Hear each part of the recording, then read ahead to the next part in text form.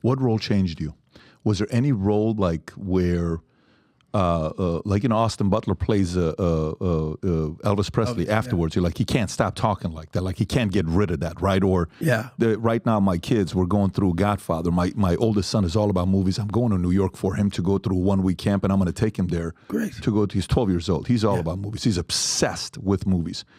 And we're watching Godfather, and he changed the thumbnail to his iPad now to Godfather, and you're seeing Pacino, where he goes from the role, his wife, the wife in Italy blows up, and he's coming back, and he sees that his dad's dying, flies back in, Sonny's about to get killed, Sonny doesn't have the temperament to be a boss, his younger brother, Fredo, older brother, Fredo, was making too many mistakes, he's too controlled, being bullied by the guy in Vegas, the owner that runs the casino, and then he realizes, this is my job, right?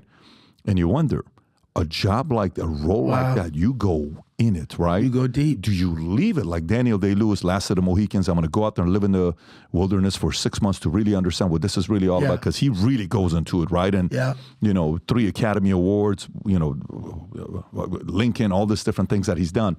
What role did you go so deep into where you're like, dude, this permanently changed a part of me? Well, probably OJ. I mean, I still haven't seen it. Like, it's funny because even when I was going on the tour, because I made a deal with Ryan Murphy. I said, I don't want to make a political statement based on what you think he did or didn't do. So let's just do a thing. Let's do a take where I do it where he's guilty, and let's do a take where he truly believes he's innocent. And then you decide, and you use the takes you want. And that's how we shot that character. But again, I was dark, man. I had just gotten separated from my wife. I was living by myself. The sun would drop, and I'd look out my windows, and I'd go, and we now know it's depression. I would have to go to a bar or to a restaurant around people and just sit and talk to people, and we'd talk, tell stories and all that stuff. But I couldn't be by myself, because it's almost like I could, and looking at all the footage and all the court stuff and then the autopsy photos and all that stuff. I mean, it really imprints scars on your soul. So many of them did that. Outbreak did that. I'll never forget Carrie Fisher.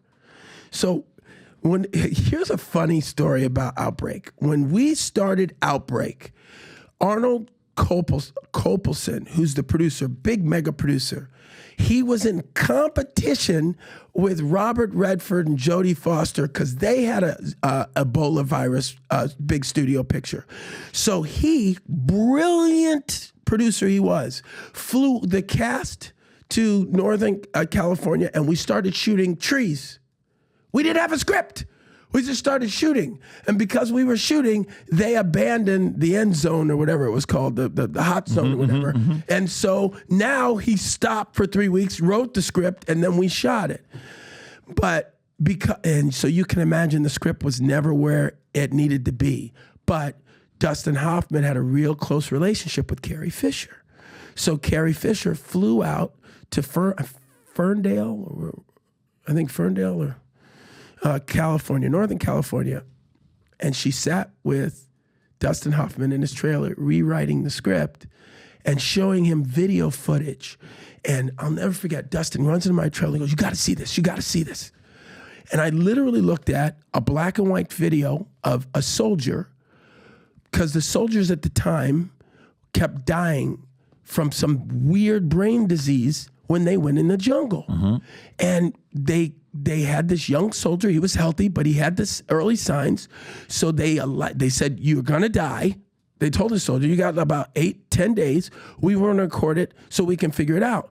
And so I literally watched this soldier deteriorate, this young blonde, blue-eyed kid. I'm assuming he's blonde and blue-eyed, but that's what he looked like in the black and white footage, in this room, and slowly dry heaving. And literally it went time lapse for 10 days until he deteriorated and died.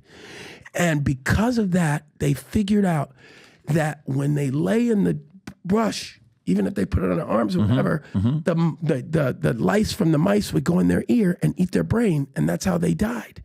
So then, because of that video, they have their helmets, and they sleep on their hard hat helmets that keep them off the grass.